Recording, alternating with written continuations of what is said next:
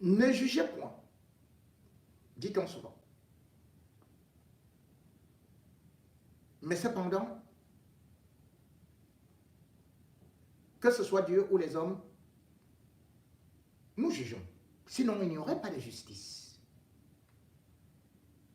Il y a la justice des hommes, et il y a la justice de Dieu.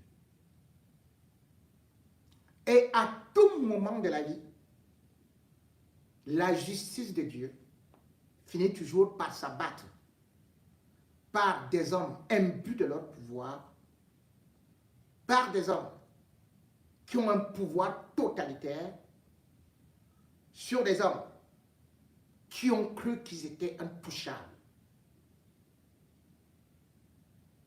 La justice de Dieu est lente, mais finit toujours par arriver. Aussi, on peut dire aujourd'hui, au regard de l'agitation de l'Église catholique vis-à-vis du régime du renouveau de Paul Biya, que l'heure du jugement dernier est arrivée.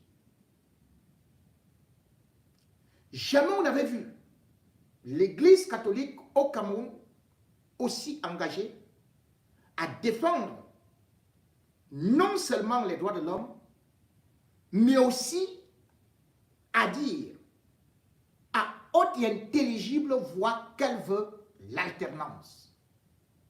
L'Église catholique, qui laissait Paul Biya naviguer à vue, lui donnait même des bénédictions, d'autant plus que les papes pouvaient eux-mêmes défiler à étudier. Cette Église catholique, aujourd'hui, semble divorcer avec Paul Biya, avec le régime Biya. Chaque semaine, il y a des sorties des prélats. Et pas n'importe quel prélat, des archevêques qui ne lâchent point le régime Biya. Chaque jour, il y a quelque chose qui bouge du côté de l'Église. On dirait que l'Église a décidé de se racheter après avoir laissé l'office de catéchiste Paul Biya, qui est en train de s'égarer et d'égarer le peuple camerounais, de prendre les Camerounais comme du bétail qu'il ne fait que sacrifier. Eh bien, l'Église catholique a dit, il faut maintenant arrêter. La dernière lettre épiscopale, longue comme un bras, est surtout aussi un rappel à l'ordre que l'Église ne lâche rien. Et surtout, l'Église est unanime, en rang. Jamais on n'avait observé cela. Que l'Église critique et surtout ne se divise pas. L'Église est unie. Tous les archevêques, non seulement avaient signé, mais aucun ne soutient plus le régime. Aucun ne soutient plus le régime. Alors qu'ils avaient commencé à critiquer avec beaucoup de politesse, avec beaucoup de diplomatie, l'Église aujourd'hui ouvre des brèches. Et ces brèches, c'est qu'elle ne veut plus vraiment de Paul Biya. Et cela, ça se comprend. Rien que par les conditions pour être candidat à l'élection présidentielle de 2025. L'Église catholique exige qu'on fasse les 10 régions. Paul Biya pourra-t-il faire le tour des 10 régions du Cameroun? Cela veut dire qu'il est déjà disqualifié. Tout ce qui est énuméré montre tout simplement que l'Église catholique connaît les maux du Cameroun. Et aussi l'Église demande de se mobiliser, d'aller s'inscrire sur des listes électorales, ce qui fait peur au régime Biya. La tension ne monte pas. Bien au contraire, la tension ne descend pas. Bien au contraire, elle ne fait que monter. Monter, monter. Alors qu'on n'est même pas encore au mois de juillet ou août. La dernière sortie, une fois de plus, ce n'est pas seulement au niveau de l'extrême nord, mais aussi l'ouest, où ça bouillonne. On s'est annoncé, a fait une sortie. Au plus tôt dans son culte, il a eu carrément à s'en prendre encore au régime et à motiver les chrétiens à aller voter. Voter pour le changement. D'aucuns diront, qu'est-ce que l'Église catholique peut faire? Est-ce que l'Église catholique peut réussir à mobiliser? Est-ce que l'Église catholique peut réussir à renverser un régime? Mais les gens oublient une chose, c'est que l'Église catholique est puissante. Et chaque fois que l'Église catholique a eu à se mettre contre un dictateur, ce dernier a véritablement tremblé. Aujourd'hui, Biya, s'il a été longtemps maintenu au pouvoir, c'est parce qu'il comptait d'abord sur le soutien de l'Église catholique avec sa complicité passive. Parce que l'Église catholique ne dénonçait pas. Ou plutôt, certains dénonçaient rarement, comme Monseigneur Toumi, qui était donc mis en minorité, ou même Monseigneur Cléda, qui n'était pas toujours suivi par ses pairs. Mais aujourd'hui, c'est toute l'Église catholique qui parle d'un même son de cloche. L'heure est arrivée. Et quand c'est arrivé, c'est arrivé. Les dés de Dieu tombent toujours à pic.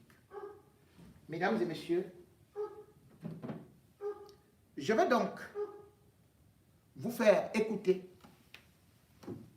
l'intervention de l'évêque et vous comprendrez aussi que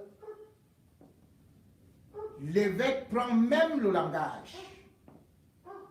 Lui, le langage de la vérité, le langage du quartier, le langage de l'apiro de Mbanga, nommé qu'erreur.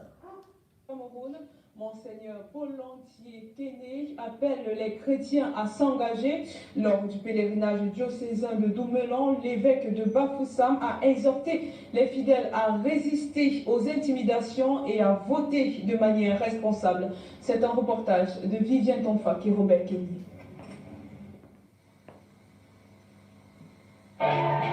L'espérance au cœur de l'homélie de l'évêque de Bafoussam pendant la messe dite à l'occasion du pèlerinage diocésain de Nouménon. Espérez que demain, il y ait tout pour tout le monde, pas pour faire. Il y a, selon Monseigneur Paul Lantier, plusieurs autres raisons d'espérer. L'espérance nous doit de tenir, de ne pas nous décourager, de ne pas nous lasser, de ne pas mourir avant de mourir. Et d'oser dire ce que l'Esprit dit aux églises, même si en le disant, on risque de se retrouver dans le pays de ci, je savais. Parce que là où il y a les ci, je savais là, les mecs y vont souvent et ils ne sont pas en cœur. Et si les évêques se retrouvaient dans le pays de ci, je savais, sachez que l'histoire du Cameroun de Tien, qui a au moins déjà eu un évêque qui est allé au pays de ci, je savais. Et puis quand il y en a même qui ont été tués, ils les ont fait la consigne des pantalons, nous sommes le conti, le 203, et le 237 département de l'île de Sèvres. Le véritable pays de ci, le salaire, ce n'est pas la prison, hein, c'est l'enfer. Et le chef là-bas, c'est qui? Lucie. Ayez peur du pays de ci, le salaire. Ayez peur de vous perdre et de vous éloigner du royaume des... Le prélat recommande également aux chrétiens d'espérer pour résister aux démons dont l'ambition est de les réduire au silence. La caractéristique du démon, c'est de réduire les autres au silence et de régner. Tu vas encore, tu vas voir, on a des grâces, au lecteur, comment les grâces quoi. Pourquoi? Je vais marcher. C'est pas moi qui le dis, c'est toi. Pendant cette célébration eucharistique, Monseigneur Paul Sikene a battu en brèche les arguments de ceux qui soutiennent que les évêques devraient être spectateurs aux jeux politiques. Certains disent à la télé, les évêques doivent. Qui vous a établi d'honneur de leçons en Israël? Et si les évêques ne doivent pas, qui vous donne droit de leur faire des leçons? Et dès que j'ai dit, inscrivez-vous sur la liste électorale, on dit ça ne te regarde. Dès que je dis, lorsque vous êtes inscrit, surveillez votre vote, on dit ça ne te regarde. J'ai dit ceux qui payent les votes par les 2000, les 3000, les 500, les kilomètres, ainsi de suite. Arrêtez de le faire parce que ce n'est pas catholique. On dit papa, ça ne te regarde. Pour la présidentielle prévue en octobre prochain, l'évêque de Bafoussam invite les chrétiens à réfléchir mûrement avant d'opérer leur choix. Votez selon la voie de votre conscience et comme ça, et votez qui vous voulez. Mais sachez que là, pour vous tout coup. Et cette année, Monseigneur Paul Sikene a fait une lecture expliquée Non, mec, dans le centre de lettres pastorales des évêques sur les élections au Cameroun, afin de permettre à ces brebis de ne pas se comporter le moment venu en mouton de panuche. qui se sent voleux à Avant de... Ceux qui pensent qui ont déjà vendu l'impôt du RDPC. Quand je Bon, vois, maintenant, au-delà de ce parti, les gens aussi, je pense que c'est les autres je partis. leur dis que si vous venez avec les faiblards que je vois dans l'opposition là, Qui a fait blague dans l'opposition? l'opposition, bien sûr, 95% sont des faiblards. Des gens qui n'ont aucune formation politique, qui croient qu'ils peuvent se lever le matin, aller d'ailleurs voir le RDPC pour que le RDPC leur donne un récépissé. Et ils deviennent présidents de partis politiques. Dieu comme Et Chamini. se voient C'est lui. toutes les nuits être président de la République par un raccourci extraordinaire. Maintenant, Vous dites à ces frères-là que vraiment il y a du... il y a du répondant. Que même le monsieur qui, vous dites qu'il est 92 ans, qu'il est vieux, je vous dis, méfiez-vous de lui. Il est cynique, il n'a aucun amour pour ce pays, Ah, attends, il veut rester au pouvoir et seul son cadavre va le quitter si vous ne faites rien. La chose Dieu qu'il comme y a, Chamini. c'est que Je me lève. l'Église catholique, Voilà. pendant longtemps, a soutenu ce régime. Tout à fait. Et à ce moment-là,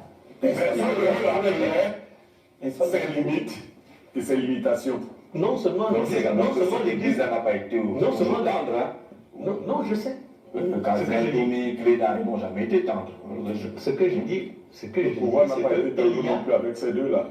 il y a des moments où l'Église était favorable et à ce moment-là, on ne leur rappelait pas qu'ils se mixaient. C'est tout ce que je dis. Je vais plus loin. Les autres confréries religieuses reçoivent constamment des faveurs du pouvoir, tant que ces imams, ces pasteurs chantent les louanges et demandent à leur congrégation de voter ou d'être favorable au régime. Donc je ne voudrais pas que l'on ait face du deux poids deux mesures.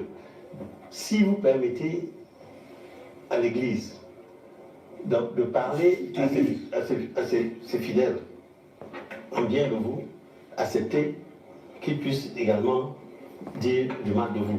Mais c'est une tradition à l'église catholique de prier pour ceux qui sont au pouvoir. En tout cas, je sais bien. Oui. C'est tout aussi bien pour eux de pouvoir dire à un moment donné qu'ils estiment que ce pouvoir-là ne répond plus à certaines normes morales qu'elles sont tenues par leur fonction de défendre. Un document de campagne électorale maintenant que vous avez. Non mais écoutez, pour moi, Amen aux évêques. oui, Bon. Amen. j'ai toujours cru en On ça. va maintenant J'ai détailler toujours le cru en la document capacité des évêques. Le peuple, à un moment donné. Parce que le document est grand. Reprocher C'est pour ça à qu'il ce que les évêques ont dit, quand ils disent Le prochain président Écoutez, Robert Waf. doit s'attaquer fermement à la corruption à tous les niveaux de l'administration publique, en mettant en place des mécanismes efficaces de contrôle et de sanctions sans discrimination ou à tête chercheuse. Quel reproche on peut les faire? Quand ils disent, c'est parce qu'ils disent, ils doivent être capables. Quand ils disent,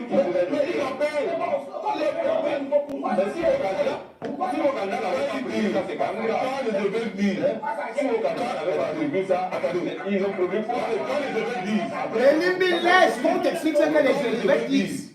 Le projet doit être capable de gérer les crises et les conflits de manière efficace, n'est-ce pas, en prenant des décisions rapides et appropriées pour protéger les intérêts du pays et de la population. Vous nous dites si Paul Biya peut faire ça. Quand ils disent, il vient d'échouer. Il doit s'engager à améliorer la qualité des services publics tels que la santé, l'éducation, les infrastructures, en mettant l'accent sur l'équité et l'accessibilité pour tous les citoyens. Qu'est-ce qu'il y a de fait? Là aussi, Paul Biya échoue.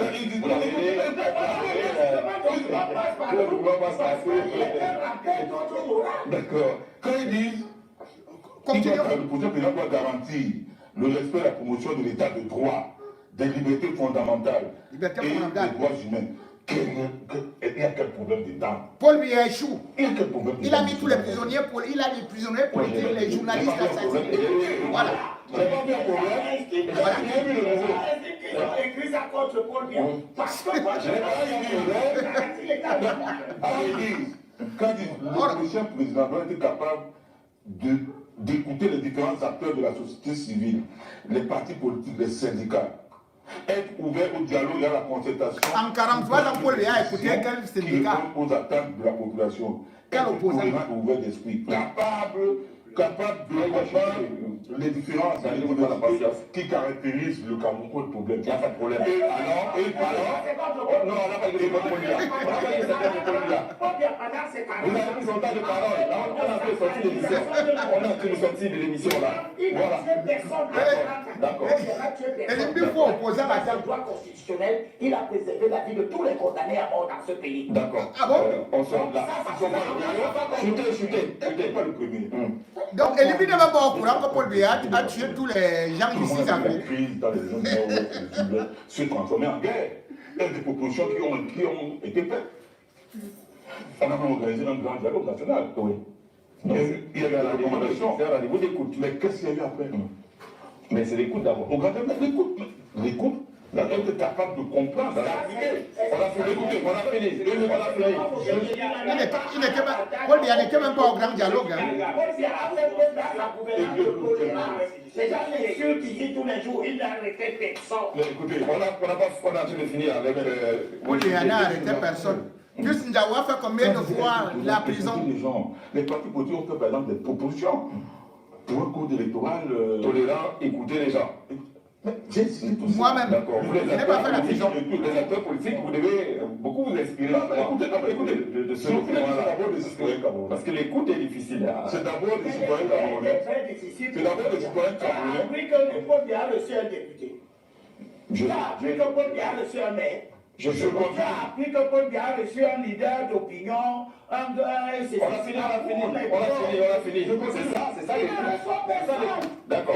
S'agissant de la politique, en fait, le dernier point, des élections, de l'organisation des élections. Je vous ai dit tout. Donc, tout à l'heure, les évêques ont versé l'eau bénite à la suite de la présidentielle. Et les président a demandé de prendre au pouvoir public, de prendre des mesures favorables au retour de la paix dans le nord-ouest et le sud-ouest. Condition sine qua non pour la conduite des scrutins obéissant aux normes démocratiques. D'accord. Est-ce qu'on est concerné? Non, pour le code électoral. Merci. Donc, installer la biométrie. On a compris. On va arrêter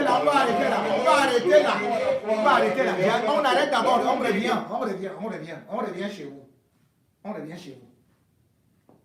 problème, c'est que dans tout ce qui est dit, lui, aujourd'hui, Paul Biya, au regard de ce que les évêques disent, n'est pas éligible. Parce que les évêques disent tout simplement qu'il faut un président qui soit à l'écoute. Paul Biya ne discute et n'écoute personne. Même ses propres ministres il ne les écoute pas. Comment donc quelqu'un qui n'organise même pas les conseils des ministres pourrait dire qu'il est candidat à une élection présidentielle pour se permettre de dire qu'il va écouter l'opposition? Paul Biya, justement, n'a jamais reçu des syndicalistes comme les autres présidents des temps modernes. Lui, c'est l'Ancien Testament. Lui, c'est les hautes instructions. Et lui, de toutes les façons, il ne s'occupe pas de sa population. Donc, les évêques ont tout à fait raison et doivent aussi jouer le rôle qu'ils ont toujours eu dans la société. Mais le pire dans cette affaire, c'est que beaucoup croient que c'est une blague. Non. Et d'où vient le divorce? Le divorce vient justement du fait que Paul Biya a longtemps trompé l'Église catholique et particulièrement le Vatican, en faisant toujours croire qu'il y aura le dialogue, qu'il y aura la révision du code électoral, qu'il y aura la liberté d'expression, qu'il y aura le développement, qu'il y aura ceci et cela. Mais en fin de compte, rien du tout. Aujourd'hui, l'Église catholique, quand elle se lève, que les gens ne se disent pas que qu'est-ce que l'Église catholique vient faire dans la politique. Oui, quand l'Église catholique est là pour poser les mains sur les têtes de billards, sur les têtes de ministres, pour aller faire ceci et cela, faire des messes, comme on disait tantôt, pour les dirigeants, les gouvernants, on applaudit. Quand maintenant l'Église dit stop, on commence à dire elle n'a pas sa place. Mais attention, l'Église catholique est majoritaire au Cameroun. Combien de chrétiens vont dans des églises et peuvent écouter l'appel des évêques et même du Vatican? Parce qu'il faut savoir que c'est très bien organisé là-bas, au niveau du Vatican. Les évêques ne peuvent pas se lever seuls s'ils n'avaient pas l'aval du Vatican. Et le Vatican ne peut pas prendre des décisions seul, comme ça, à la volée, s'il n'a pas tous les éléments concrets. Et ces éléments, le Vatican se base sur ses représentants sur chaque continent. Et le représentant du Vatican sur des politiques africaines est un Guinéen. Le cardinal Sarah, Robert Sarah. Le cardinal Robert Sarah est un homme de poing, est un homme pas complaisant. Et c'est un homme qui a vu et compris que Paul Biya voulait laisser le Cameroun à feu et à sang. Le cardinal Sarah a donc imposé cette vision parce que de toutes les façons,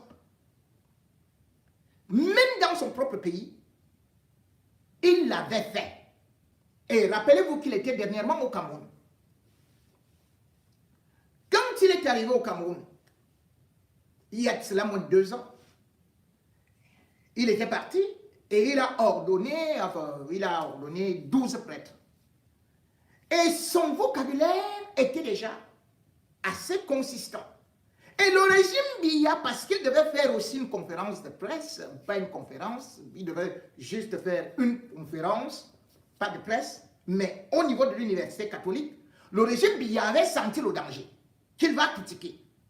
Alors qu'il avait reçu l'autorisation, par la suite, la présidence a demandé au recteur d'annuler cette conférence.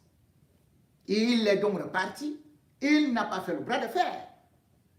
Mais aujourd'hui, il a rendu justement ce qu'on peut appeler les enquêtes venant du Cameroun et qu'aujourd'hui l'Église ne peut plus se taire.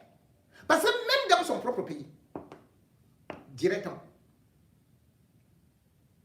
et cette s'est opposé à des gens comme Sékou Touré. Et il n'a jamais perdu un combat contre un dictateur. Il n'a jamais perdu un combat contre un dictateur. Paul Biya est donc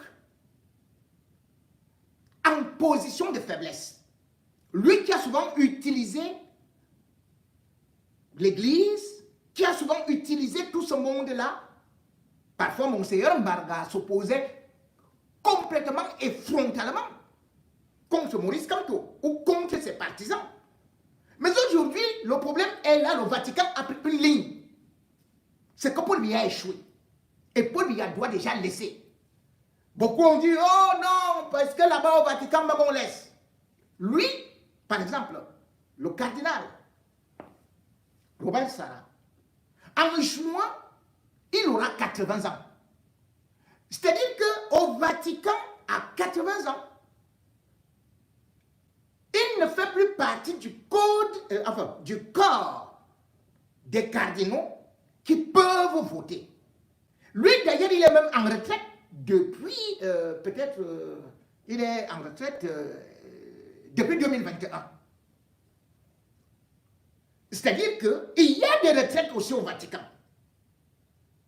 Si on dit qu'il ne peut même plus voter à 80 ans, mais Paul Biya, lui, il est là depuis fort longtemps. Et il ne peut plus tenir debout. Oui, disons même qu'il tient debout. Mais comment parvient-il à signer tous les documents qui parviennent là? Comment parvient-il à gérer le pays? Le Cameroun, ça se fait sur ce qu'on appelle pilotage automatique. Le cardinal Robert Sarah a donc rencontré les cardinaux, les évêques du Cameroun en avril, avant de partir. Et les évêques qui n'ont pas le courage de dire la vérité à Biya ont pu se confier à lui. Il a pris le rapport et il est parti donner au Saint-Siège. Je vous parlais d'ailleurs de ce monsieur que peu d'Africains connaissent parce qu'on connaît Monseigneur Tutu, Desmond Tutu, qui lui également a fait voir de toutes les couleurs au régime de l'apartheid. Mais le régime d'apartheid a fait tout ce qu'il voulait et il a fini par s'effondrer. Quand le Vatican se met contre vous, vous finissez par vous effondrer. On parle souvent de Sékou Touré. Mais Sékou Touré avait combattu l'Église. Il avait même renvoyé tous les prêtres étrangers en 1967 de chez lui. Il a dit, ok, vous voulez m'apprendre ceci, allez, vous tous partez, je ne veux plus rien du Vatican. Et s'il y a une église, il ne faut pas qu'elle soit rattachée au Vatican. Et c'est en ce moment-là, justement, qu'en 1969, Monseigneur Robert Sarah est ordonné prêtre. Quand il est ordonné prêtre, celui qui était évêque, parce qu'il critiquait Sékou Touré, il arrête, il le jette en prison. 9 ans de prison. Mais cela n'a pas fait que l'Église catholique flanchisse. C'est comme ça que Monseigneur, c'est comme ça que Robert Sarah est désigné le plus jeune évêque du monde. Il avait alors 34 ans. Dans le régime de Sékou Touré, il n'y avait que 9 prêtres. 9. Mais ils ont fait voir de toutes les couleurs à Sékou Touré. Il n'y avait que 9 prêtres. Et lui, il était évêque. Il s'est opposé à Sékou Touré. Et là, ébranlé. Même Lansana Conté est arrivé. Il l'a secoué, maltraité, malmené. C'est lui qui avait négocié pour que l'opposant Conté arrive au pouvoir. Mais finalement, quand il est arrivé, voilà, ça n'a pas marché. Il s'est opposé aussi à lui. Depuis 2010, il est donc donc chargé des affaires de l'Afrique au Vatican. Et c'est lui le petit piment des dictateurs. Ce n'est pas les gens qui viennent là, c'est lui le petit piment des dictateurs. Il avait dit à Kabila, à Joseph Kabila, pars du pouvoir au lieu de chercher à te faire humilier. Mais Joseph Kabila ne voulait pas partir, il avait dit, oh, vous ne pouvez pas faire ceci, vous ne pouvez pas faire cela. Mais en fin de compte, qu'est-ce qui s'est passé? Kabila est parti. Il y a le pouvoir de Dieu et il y a le pouvoir des hommes. Les mêmes gens qui disent au Cameroun que le pouvoir vient de Dieu. Maintenant, quand on leur dit le pouvoir de Paul Biya vient donc de... Mais les représentants de Dieu sur terre, c'est aussi le Vatican, non? Hein? Ils commencent à dire que les autres font de la politique, ils ne doivent pas faire, ils ne doivent pas se mêler des affaires de ceci, ils ne doivent pas se mêler de la politique, ils ne doivent pas se mêler de l'église, ils ne doivent pas... Non. Donc, arrêtez cette hypocrisie. Ce n'est pas toi que je veux, ce n'est pas toi. Je ne vous ai pas demandé d'aller déjà là-bas. Non, c'est comme ça. Je ne vous ai pas demandé d'aller là-bas. Nous ne sommes pas encore là. Donc nous parlons tout simplement du fait qu'aujourd'hui, l'Église catholique et Paul Biya, c'est presque aujourd'hui une véritable séparation. Et quand c'est une séparation de cette envergure, qu'est-ce qu'il faut faire? Je crois que Paul Biya, s'il aurait été malin, s'il aurait été l'homme qui a été élu, choisi par Dieu, et il ferait déjà un effort, ou alors il ferait déjà lui-même un examen de conscience à dire que l'histoire que je suis en train d'engager ici n'est plus bonne.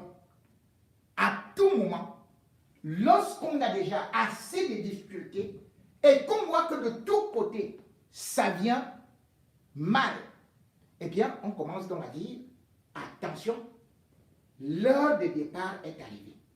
Même Jésus-Christ ne s'est pas accroché éternellement au pouvoir. Alors, pourquoi Paul Biya, lui, s'accrocherait-il au pouvoir alors que aujourd'hui, l'Église catholique, qui souvent l'a jardiné, l'a soutenu, cette Église aujourd'hui dit, c'est terminé. Le temps de Dieu est arrivé. Paul Biya est fatigué. Et comme tout dirigeant, il doit aller donc, puisqu'il est aussi le fils de catéchiste, soit il rentre au village calmement, soit il se prépare à aller régner à la droite de Dieu le Père, puisqu'il est saint, puisqu'il a tout fait, puisqu'il nous a tout donné. Que Paul Biya aujourd'hui puisse donc laisser les Camerounais le temps de pouvoir aussi goûter au changement. Que Paul Biya, au dernier moment, puisse savoir que rien n'est éternel. Que Paul Biya puisse être courageux et surtout ne pas être ce destructeur qui veut seulement laisser la guerre civile. Que Paul Biya fasse comme Amadou Ahidjo, qui lui était musulman et qui à 58 ans a dit « J'aime ce pays, je le laisse à quelqu'un d'autre qui a plus de force que moi.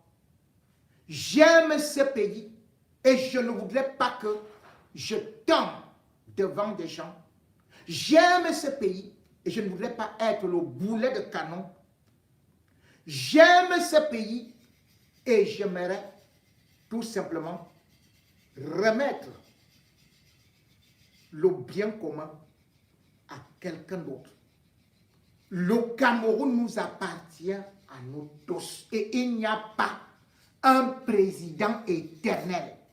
Il n'y a pas un président qui peut défier Dieu. Et il n'y a pas un président qui peut défier les représentants de Dieu sur terre. Puisque lui-même, Paul Biya, il est parti prendre la première communion. Il se met à genoux devant les prélats. Il se met à genoux devant le pape pour prendre la communion. Mais quand on lui dit maintenant, Paul Biya, va te reposer, les gens viennent à gauche et à droite pour dire que oh, l'église catholique c'est qui? Pourquoi Paul Biya se met à genoux devant le pape? Pourquoi Paul Biya se met à genoux devant les évêques? Pourquoi Paul Biya court tout le temps au Vatican? On ne peut pas tout le temps profiter du soutien de l'église catholique ou même du soutien de Dieu. Et lorsque vous avez déjà échoué la mission, vous refusez que les mêmes gens qui vous ont donné le pouvoir vous demandent de quitter le pouvoir. Vous disent que vous êtes maintenant incapable de gérer le pouvoir. Vous disent que votre flamme s'est éteinte, votre étoile ne brille plus. Dieu vous a déjà retiré du marché. Papy va te reposer. Alléluia. Amen.